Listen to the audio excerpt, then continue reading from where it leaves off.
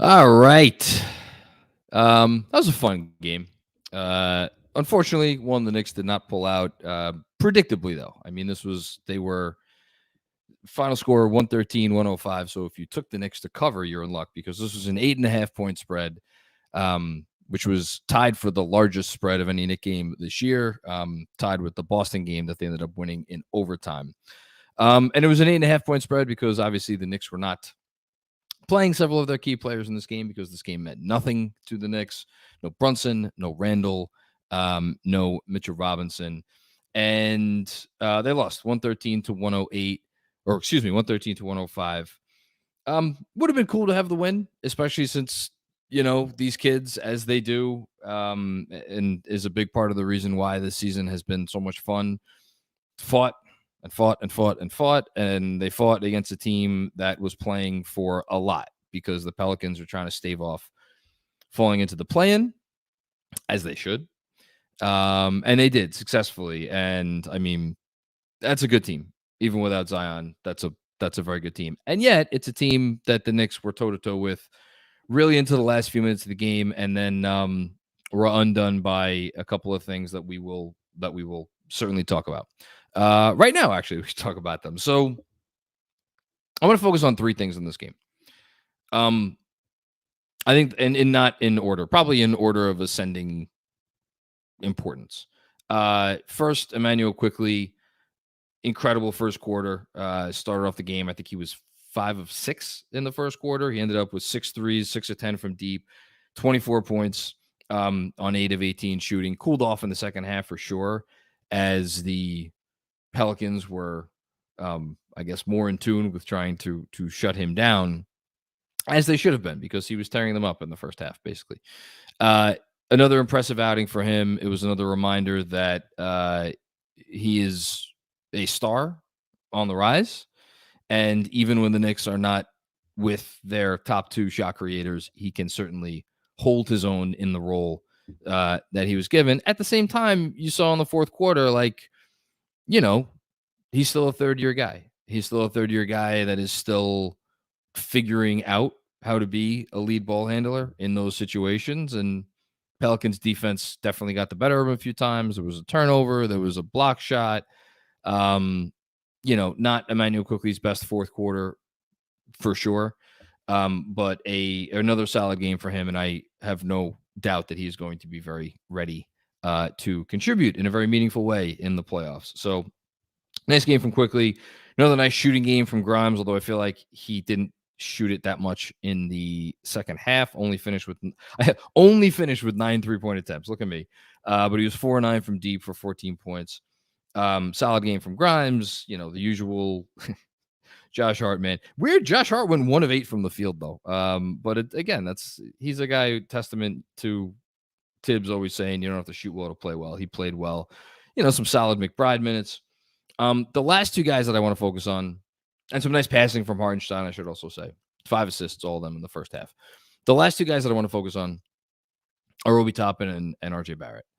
And I finished off today the first of probably what's going to wind up being a 2 or 3 part Cavs series preview for the newsletter for next week, and thinking about it from the perspective of when the Cavs have the ball, thinking about it from the perspective of when the Knicks have the ball.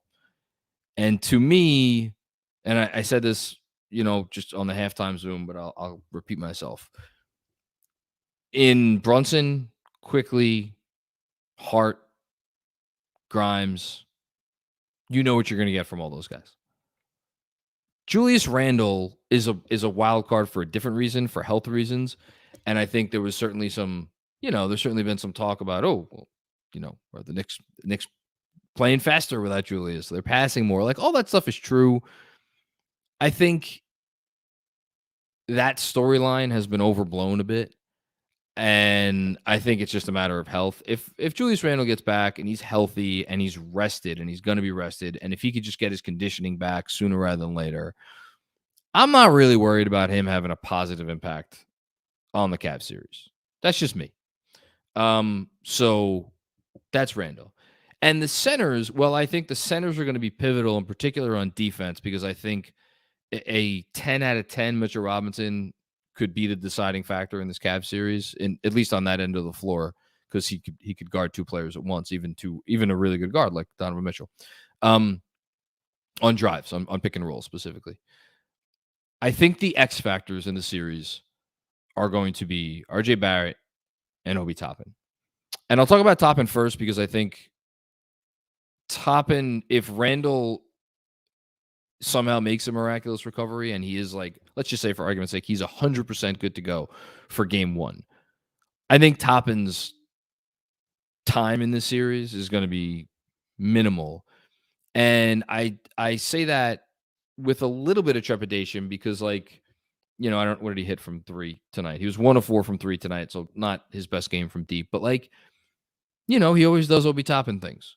And those things are good. And tonight he pulled out a dribble move from the corner, which was super impressive. Had a couple other nice finishes. He ended up 4 of 9. Defensively and boxing out, rebounds, awareness. I think we probably know enough about Obi to say that he's not quite there yet. And for me, the wild card / X factor for Obi is more about on the offensive end. Is he hitting his threes?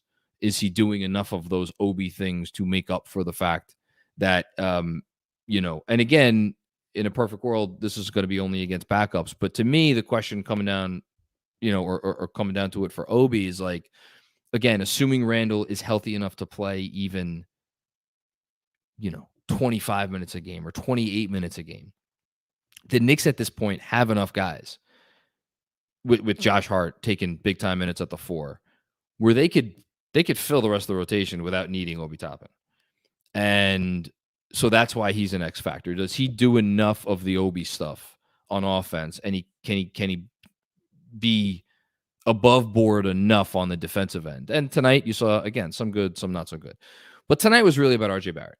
And that's who I imagine most of the focus is going to be on tonight. And with acknowledgement that RJ Barrett took 9 shots from behind the arc and missed 9 shots from behind the arc, with the acknowledgement of that, I come out of tonight feeling probably as encouraged about RJ as I have in a really, really, really long time. And that's because I think RJ Barrett's going to be the key to the series. Much more of an X factor than Obi. With the reason Obi's still a major X factor is because we just don't know if Randall's going to play, and if Randall misses like 4 games or something like that, then like Obi's going to need to play 15 to 20 minutes a night, and it's, can the Knicks survive those 15 to 20 minutes a night with him on the defensive end, and can they get enough out of him on offense? But that's tied to Randall. With RJ, I think it's just, we know what the Cavs are going to do. And we know what the Cavs are not going to do. The Cavs are not going to let Jalen Brunson beat them. That's just not going to happen. And if Julius Randle's in there, they're still not going to let Jalen Brunson beat them. But again, and they may challenge Julius a little bit, but like they're going to, at the end of the day, Cleveland is going to dare RJ Barrett. They're not going to dare Julius Randle to beat them. Like, they'll live with Julius Randle beating them, which is different to me than, and Julius, by the way, if depending on how he comes back and looks, he may bend their defense too. And then between him and Brunson together, to say nothing of Emmanuel quickly, like if all 3 of those guys are on their game, then then RJ Barrett becomes much less of an X factor. I'm assuming, again, Randall is more of a question mark, which then anytime RJ Barrett is on the floor, it turns him into the X factor because he's going to have, in all likelihood, one of those little guards slotted on him. And it is going to be up to him, and not necessarily because they could slot one of those little guards on Grimes. But if both of the guards are in there, and Mitchell and Garland obviously play a fair amount of the game together, then one of them is going to be on Barrett. So it is up to Barrett to punish that matchup with his strength, with his physicality, with his patience, with his poise. And from that perspective, going up against better defenders and driving against better defenders tonight than Donovan Mitchell and Darius Garland, he was excellent tonight. Excellent making shots, and excellent passing. And this was as good a collective passing game for RJ as I think I've personally, in my opinion, we've seen in some time. And that is super encouraging. Those two things. The defense, both from an awareness perspective, maybe pay attention to those corner 3-point shooters, especially when it's a guy who's like automatic from the corners. The defense is more of a question mark. And I don't know if I would say they're going to hunt RJ to the same degree that they're going to hunt Brunson, and if Obi's out there, they're going to hunt Obi, but they're going to challenge RJ defensively, and he's going to need to be better at the point of attack. So that's a big part of the fact of why he's going to be an X factor in that series. And from that perspective, a little bit more of a mixed bag tonight. Talked about the awareness thing on defense, and then there's the 3-point shooting, which, look, if you're the Cavs, like I have a whole thing dropping on, I think I'm going to drop it on Monday about how do the Cavs defend the Knicks, how do the Knicks defend the Cavs? And I think because of the defensive limitations that the Knicks are going to have in their starting lineup, like they're going to give, whether it's Isaac Okoro or Lamar Stevens, I'm assuming Okoro is going to be back for the playoffs, they're going to give that dude all the corner threes he wants. And, they're going to hustle back out to try to bother it. But like if Isaac Okoro wants to take a dozen corner threes a game, Isaac Okoro is going to get to take a dozen corner threes a game. Now, the part of the reason they'll live with that is like they know Isaac Okoro doesn't want to take a dozen corner threes a game. Isaac Okoro takes 2.5 threes a game, which is about his comfort zone. If you are Cleveland, like, and you have Jalen Brunson to deal with and potentially Julius Randle, a healthy Julius Randle to deal with, you're going to welcome RJ taking these 3-point shots. And so that is another X factor. Now, just because they're giving you all the room in the world on threes, it doesn't necessarily mean you need to take them. And then that in itself becomes a little battle within the larger war. Like if they're playing 10 feet off of him, does he use that as an opportunity to just get a runway? And does he say, fuck it, I'll worry about figuring out my 3-pointer over the summer. Am I just going to go to the hole if they're going to give me the free reign to do that? Something to watch. I don't know. Was tonight rust? I mean, he hasn't really been good from 3 all year. So we'll see. But again, overall, I was encouraged by what we saw from RJ tonight. Looking forward to that Cavs series. I think that's it. I don't think that there's anything else that we need to say about this game. I'm looking forward to seeing, what people say in the comments. Of course, the last thing that I will mention, and as I just, so there was 1 minute left in the Bulls-Mavs game, and boy, have the Mavs been engaging in some absolute, like, we'll talk about the Mavs that'll come up, so I'm not going to talk about it too much now because, like, they actually started playing some of their better players, not just Luka Doncic, like some of their other good players, significant minutes in this game early on. And then they stopped even doing that. Like they benched Jaden Hardy and like Dwight Powell. This has been 22 minutes of AJ Lawson. And if you're sitting here and you're like, I don't know who AJ Lawson is, that's fine. You shouldn't know who AJ Lawson is. Theo Pinson, I love him, man. Love him to death. One of my favorite cool, fun, quirky Knicks of all time. Theo Pinson played 30 minutes tonight. McKinley Wright, 23 minutes. Like, this is the level of tanking chicanery that the Mavs are involved in. And it is shameless. And they are losing after they've been up between 10 and 15 the entire game. They're losing 115 to 112 right now.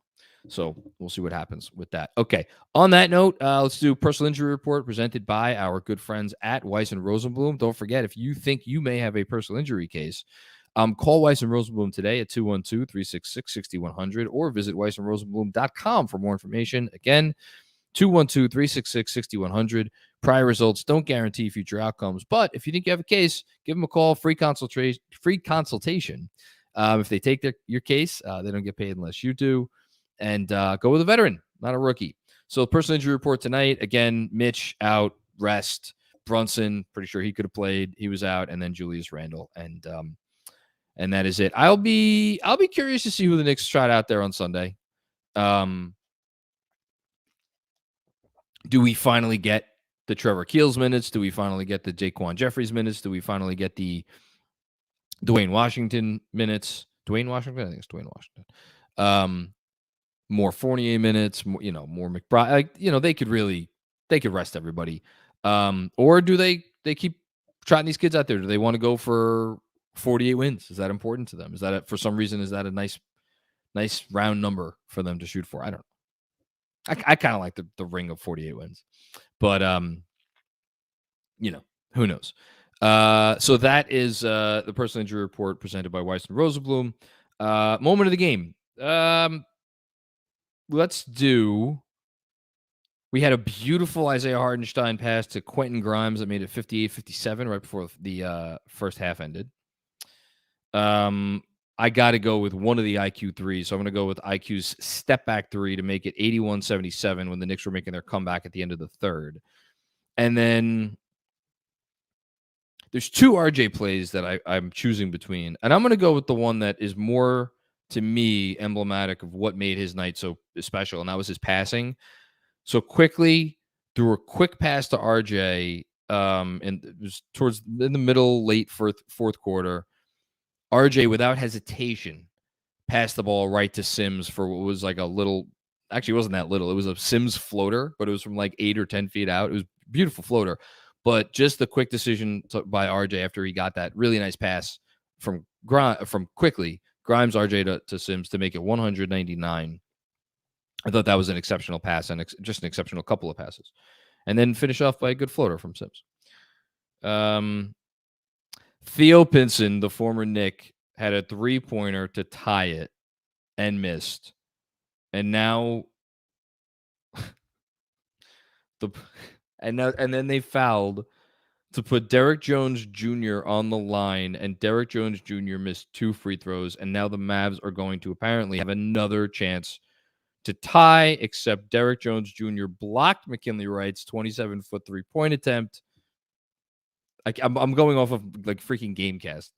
And now we have a Mavs offensive. I can't do this. Mavs offensive rebound. Are they actually going to do this? No. Another miss.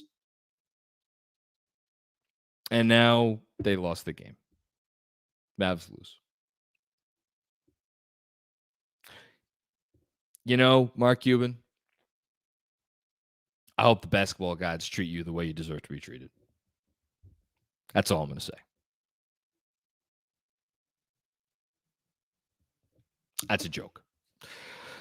Whew. Okay. Let's get to the comments. That's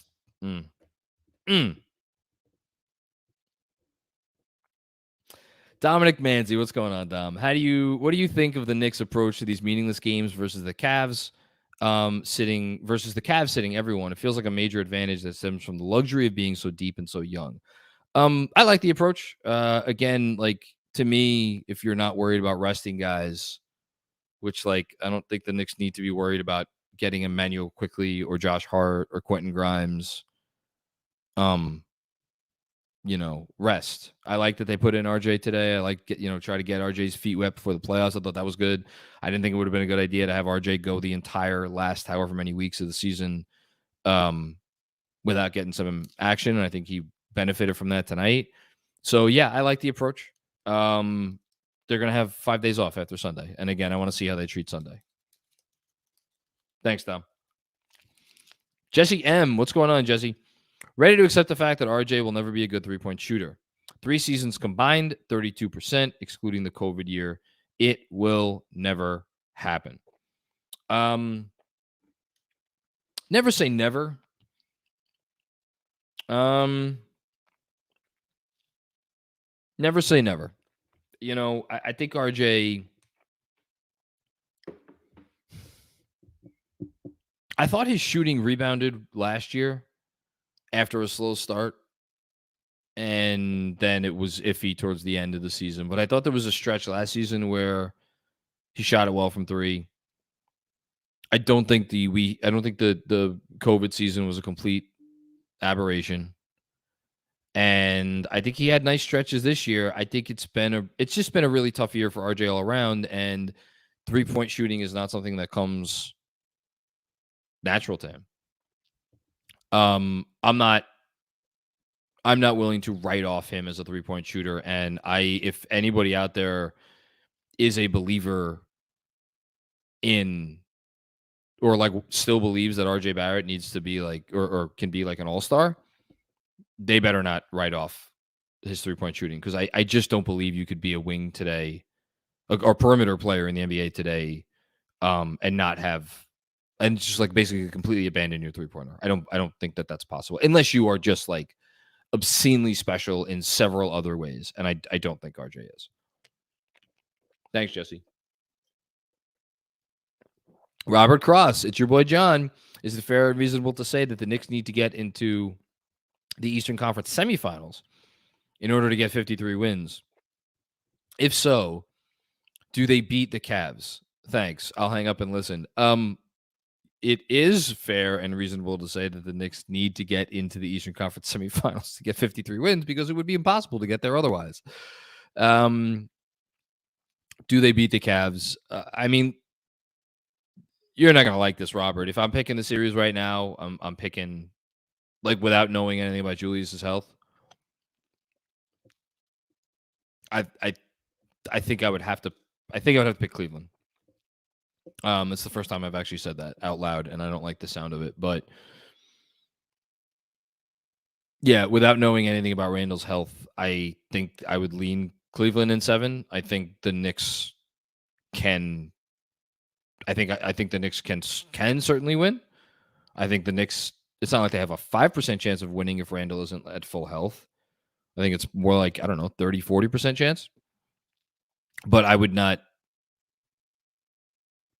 until I see Randall, until I know that Randall is like Julius Randle, I can't pick the Knicks to win. If you tell me Julius Randle is going to be back, even for game 2, even if he just shows up in game 2 and looks rusty, a part of me even thinks like that might be enough for me to pick the Knicks. But like, until I see that, I don't know that I could do it. Thanks, Robert. Sam Garcia, the Mavs need to get sanctioned by the league. So I said it in a reply to somebody's comment on Twitter. Not in jest, though. I was being serious. I bet you there's a part of Mark, and then Mark Berman, another interesting Mark, just tweeted out what I was saying. I think this is Cuban's small way of telling the league to go shove it.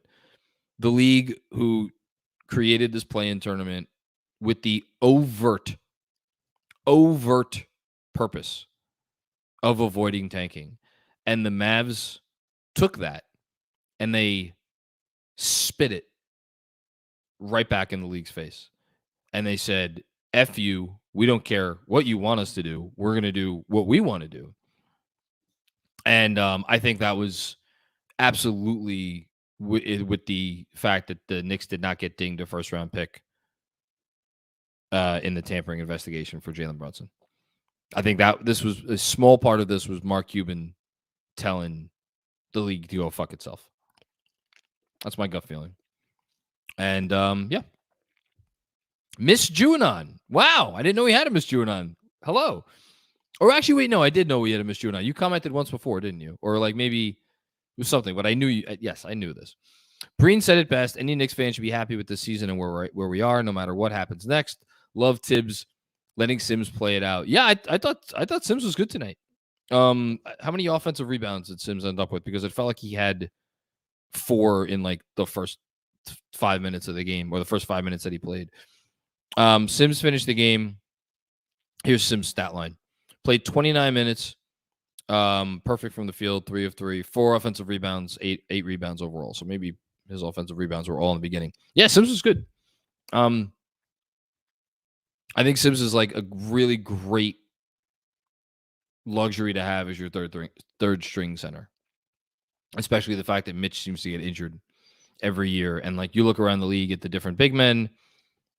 I mean, you know, Big men go down with injuries all the time. So to have a guy like that, at the very least next year and maybe moving forward, who you're going to be able to count on for reasonable production for whatever it comes down to, 10, 15, 20, 25 games. Nice luxury to have. Thanks, Ms. Juanon. Busy. Hashtag fire tips. I love how Busy just like doesn't even try to make cogent points anymore. He just tries to get under my skin. Thanks, Busy. Your comments are always appreciated. Robert Cross with another one. First time, long time, John. Would you move RJ Barrett in the offseason, and do you want him here for another campaign? You're welcome. Hashtag 53 wins. I'm going to squirrel my way out of that question by saying it depends for what. Are there trades that I would move RJ Barrett in? Absolutely. I'll say this. The way the Knicks are constructed right now, with Jalen Brunson as the head of the snake, with Julius Randle as kind of the hammer, and with Emmanuel quickly emerging as a star, it makes all the sense in the world to have at the starting small forward position a player who excels at three-point shooting and excels at defense and is a big wing who excels at three-point shooting and excels at defense. Now, if you have one of those players, even if that player offers you little to no creation, one, they cost, $25 million a year or whatever it is. And two, that doesn't matter because you're not going to get one of those players unless you draft one of them or you trade a king's ransom for one of them. So, which is why the OG Anunoby alleged price tag was like, what it was and what I imagine it will be. If you're asking me, does that player make a lot more sense on the Knicks than what RJ Barrett appears to be as of now?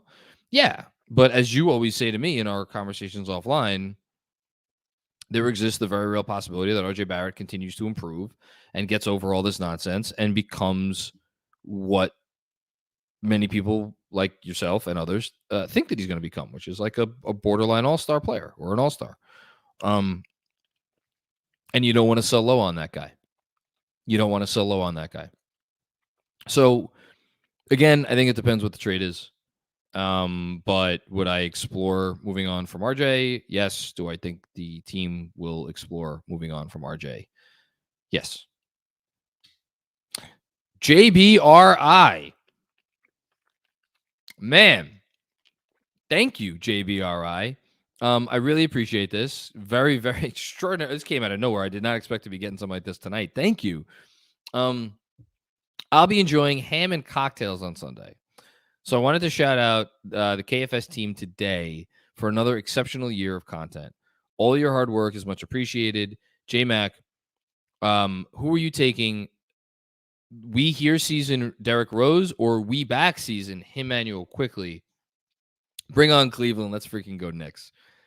Man, thank you so much for the generous contribution. I truly, man, thank you. Enjoy your Easter dinner on Sunday. I have no idea what I'm going to be having for Easter dinner. I just know it's at 6:00, and there's going to be a lot of people there that I don't know. As you can tell from my background, I'm in not my usual confines. I'm down visiting my mom in Florida, and so our Easter is going to be I don't know. It's going to be a whole thing.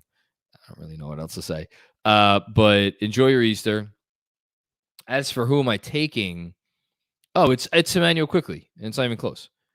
Because Derrick Rose, for as amazing as that season was, and for as special as he was, and for as much as I think all of us looked around towards the end of that season and were like, is Derrick Rose New York's most important player? And we're like, yeah, I guess he is. And he was certainly their best player in the playoffs. That goes without question. As special as that was, taken quickly for two reasons. One, he's drafted by the Knicks, and like his entire story has been written for the Knicks. And then that bleeds into point two, which is there is a chance that this is like, chapter 3 of a 12-page novel or a 12-page novel. chapter 3 of a 12 chapter novel or something like that. I mean, it's weird. Like, Quickly was having, like, a few weeks ago, I had the thought, like, man, Quickly might be playing himself into a trade. And especially after he had the interview with Jake Fisher, in which he was like, I want to start someday. Obviously, he should want to start because he's freaking good enough to start. And I was thinking to myself, man, his value's now at the level where another team could look at him as the centerpiece in a star trade. I think his play has continued to improve to the point where, like, he's too good and too important to deal for anyone other than, and there's always a caveat, because again, this is the NBA, anybody could get dealt. For anyone other than a true blue superstar, I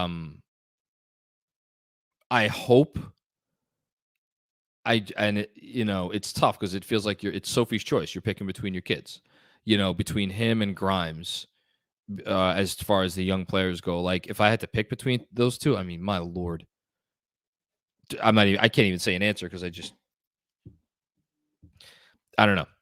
I would do anything for those two guys to be here for a decade each. I mean, that's all I want. Is it realistic?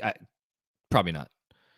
But here's the good news. I fully believe that if they did trade one of those guys, they'd be getting a superstar back, and would basically be turning themselves into a contender. That's what I hope, at least. But the notion that we have to worry about, like, one of those guys going out in some, like, bullshit Zach LaVine trade or some nonsense like that. I mean, I never say never, but I think those fears are we could move past them at this point. I hope to God. Knock on wood.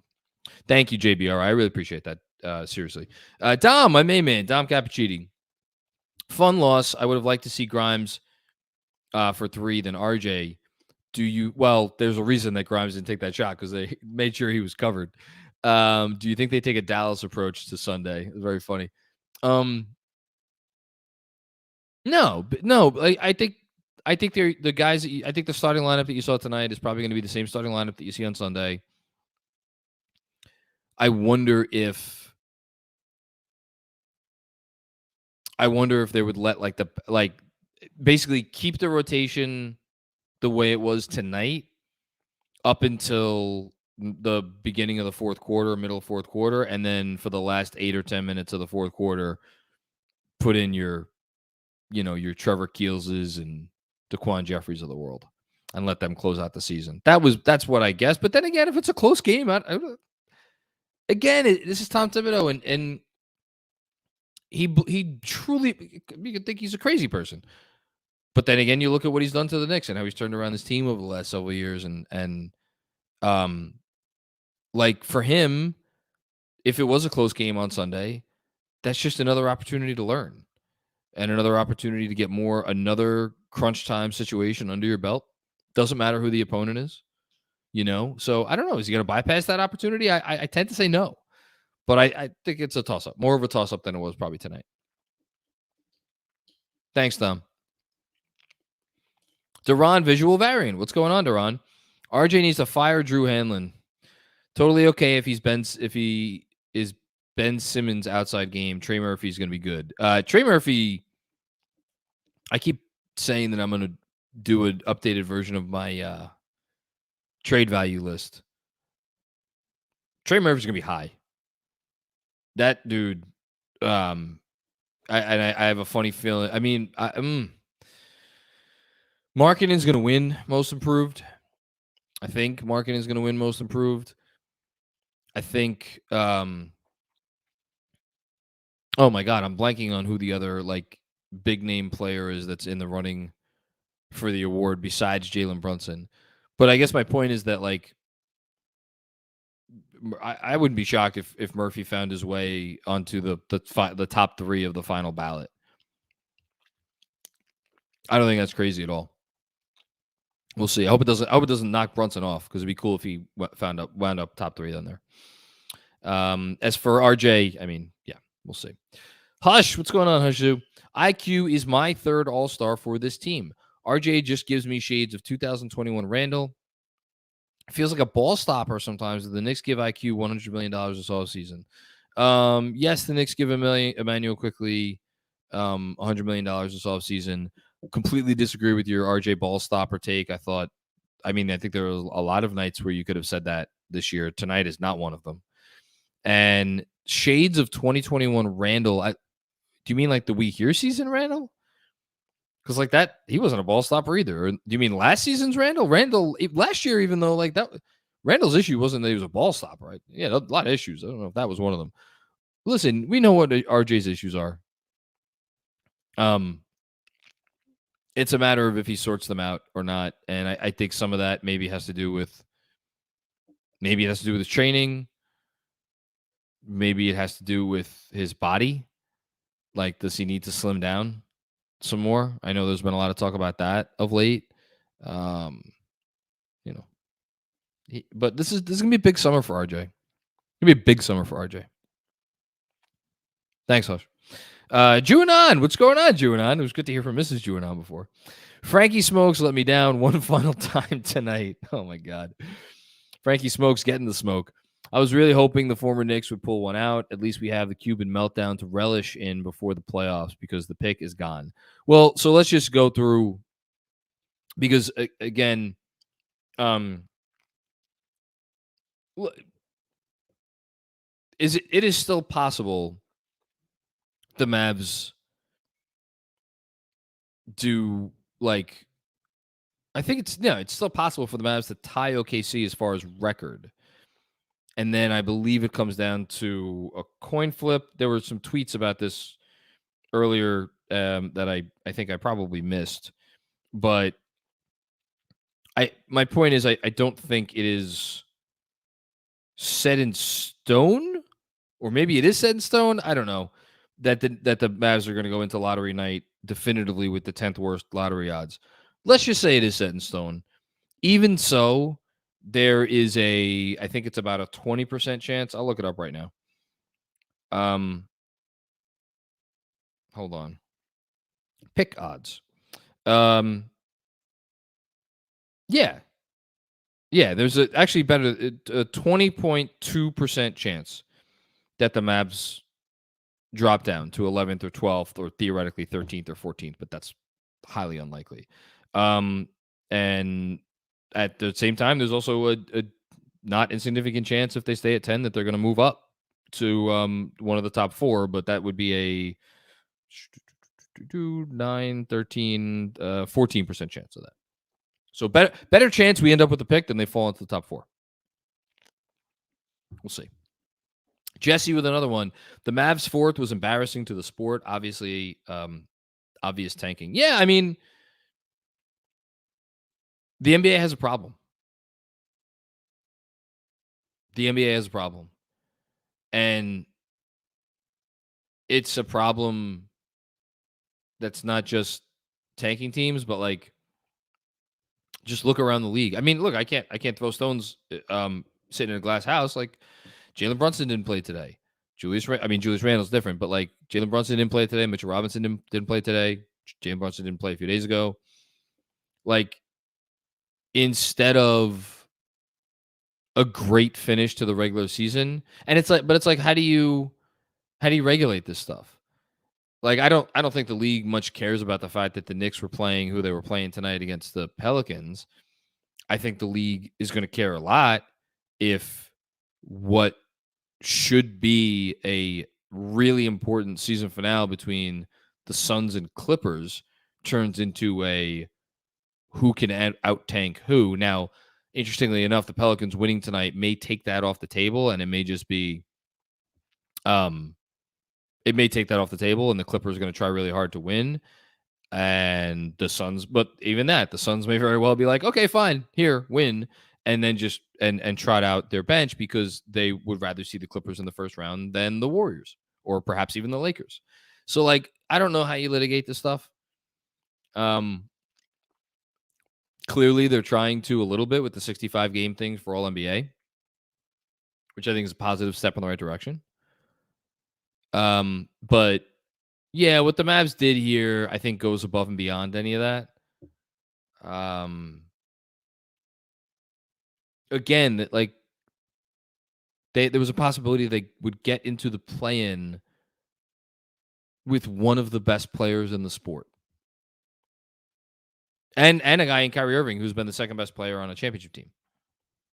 Like, I, you know, I don't want to gas up the Mavs because they've been terrible for a while, but like, really, you're telling me you don't think that there's any chance that if you're Dallas, you could emerge from the play-in and then give Denver a run for their money in the first round? Is Denver some sort of a juggernaut?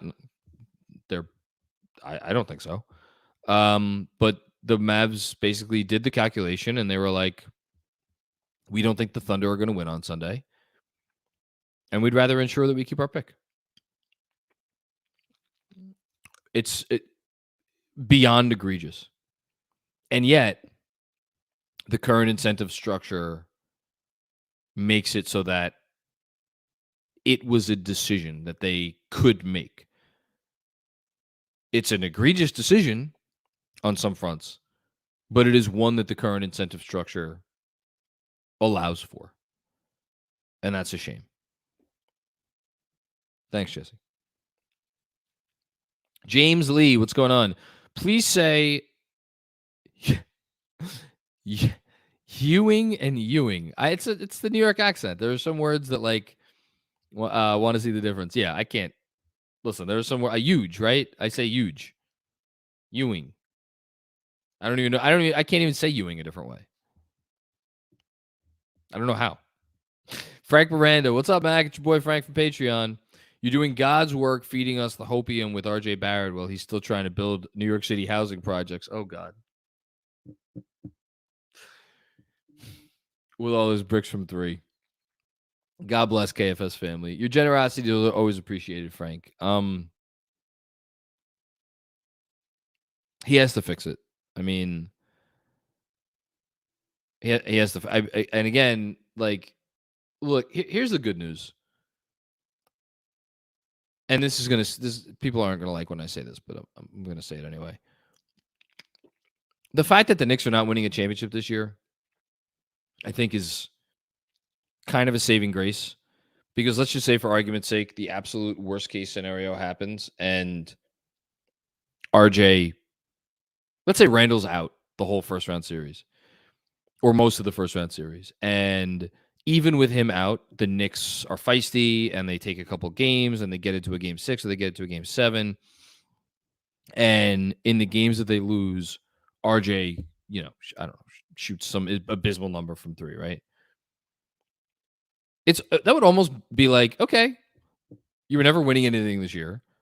Now it's very obvious the direction that you're going to go for a change, and you're just going to change it. And it didn't really cost you much, the fact that this very frustrating thing happened in this series. That now, would the narrative be like, this is the guy the Knicks didn't want to trade for Donovan Mitchell?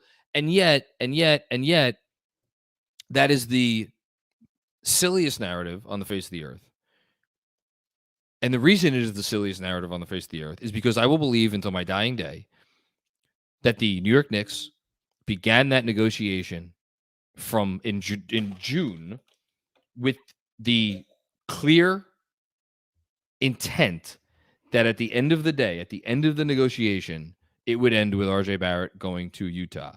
And their entire negotiation was made or undertaken with the goal of, we're going to try to make it such that, when we finally put RJ Barrett on the table, it's going to seem like we're caving, right? And that's the cave, as opposed to the third unprotected first round pick or Grimes. That was always the end game. That was always the end game. So it's not like, and the extension, again, I will believe until somebody proves me otherwise. The extension, I believe, was a negotiating ploy by Leon Rose, in which he was saying, complete the deal that we have on the table, or else we're taking RJ, we're going to sign him to these. And once you say that, you can't go back on it. There's no other rational explanation for the deadline. None. Thanks, Frank. Maple Maxo, what's going on, Maple Maxo? Sending this from a bullet train in Japan. If that's real, that's fucking amazing. Good movie, by the way, Bullet Train. If you're right about Cubans, F you to the league. I'd bet one of Chicago, Minnesota, OKC, Toronto end up with a cold envelope. That would be amazing. I mean, wouldn't that be fitting though? Wouldn't that be fitting? And then, but even then, like, here's the thing, and this is why, again, it's the league's incentive structure is just kind of out of whack. Let's say that happens. Well, you know what that does? That opens the Mavs up to be able to trade, to make a trade featuring future first-round picks and future swaps that much easier. Now, as me and Jeremy got into this, I think a little bit during the last pod we recorded, I think the 10th pick in the draft is more valuable than like probably the additional future trade assets you could put on the table, specifically because they've already traded away that 2029 first rounder in the Kyrie deal.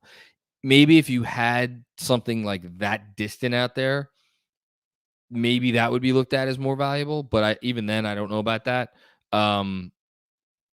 But yeah, I mean, there's a silver lining for the Mavs any way you cut it. But I hope you're right.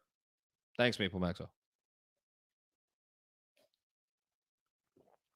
Andrew Claudio.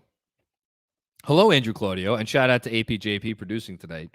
Sitting next to Pastor Claudio, asked him to work his connections upstairs to make sure the lottery gods jump a team ahead of the Mavs. The most disgraceful thing to happen in Dallas since the double bang. Wow. Didn't think we were getting to the JFK reference tonight. I'm just going to leave that one right there. As much as I would like to make a Mark Cuban joke that I'm not going to make. Thanks, Andrew Claudio. Love you, buddy. Kevin Danishevsky, hot take. I don't think RJ should start versus Cleveland. So I think this is if you take what I was saying to open the show to its logical and perhaps in the estimation of some absurd conclusion, if RJ is the X factor and the X factor goes poopy in the first game or two, how long do they continue to trust it as the X factor? And I don't think for one solitary second that they're going to open the Cleveland series with anyone other than RJ starting. I think RJ could have the worst game of his life in game one, and I think he would start game two. Even game three, like it's the first game at home. There's a part of me that's like, would they really, like, you're opening up a can of worms with your home crowd. Like if the game starts poorly and then, and RJ comes in and maybe he's better off the bench or something. And you're like, how could you not? Like it opens up a whole can of worms. For all these reasons, like I think the odds on it really happening are very low. Would I eliminate it as a possibility? No, I would not. I wouldn't. Alex, what's going on, Alex? Leon and Wes should get Cuban front row seats to watch Brunson in the playoffs. It would be a very nice gesture. Hashtag get the petty biatch a fruit basket. That's very nice, Alex. That would be very funny. I mean, these are going to, I mean, look, and again, this was an FU to the league. This was an FU to the Knicks. And so for all those people who are like, how long until Luka requests a trade to the Knicks? I think Mark Cuban would sooner trade Luka Doncic to I should know what team plays in Beijing. Beijing, is it like Dragons? I feel bad. I don't know. Whatever. Pick a team. Any team. I think Cuban would tell you could sit out the whole damn season. I'm not trading you to the Knicks. We'll see. Thanks, Alex. Duran visual variant with another one. Thank you, man. Is it a bad thing the pick didn't convey? The pick is only worth something before it's made, allows us to use it next year in a deal. Better free agent class, 24 for a sign and trade. So here's why I think it is better that the pick should convey. Yes, draft picks are like Ferraris, and they drop 10% of their value the second you drive them off the lot. I am of the belief, through just my own, it's my opinion. I'm not getting this from anywhere. I am of the belief that this I think is, and other plugged in NBA reporters spoke about this. I think Fred actually came on the pod and spoke about this. A lot of the conversations that get done, or maybe Bagley reported about this. I don't know. So I think it was Fred. Came on the pod and was like, talked about how a lot of the conversations that happen ahead of the trade deadline, those trades may not get completed, but they set things up for the summertime. I am of the belief that the Knicks will have a trade in place, or if there is a trade to be had, that they will have it in place by draft night. And I have a feeling this summer is going to unfold very differently than last summer, where the Mitchell thing took as long as it did. And by the way, there was reporting that came out from Ian Bagley that Utah and New York spoke before the draft. Like everybody knows everything before the draft. So if the pick conveys, I fully believe that they're going to be able to either use that pick in a trade, or at the very worst, and this is where Brock Otler comes in, parlay that pick into a better asset than the Mavs pick conveying in a future year is likely to be, because you never know. Thanks, Daron.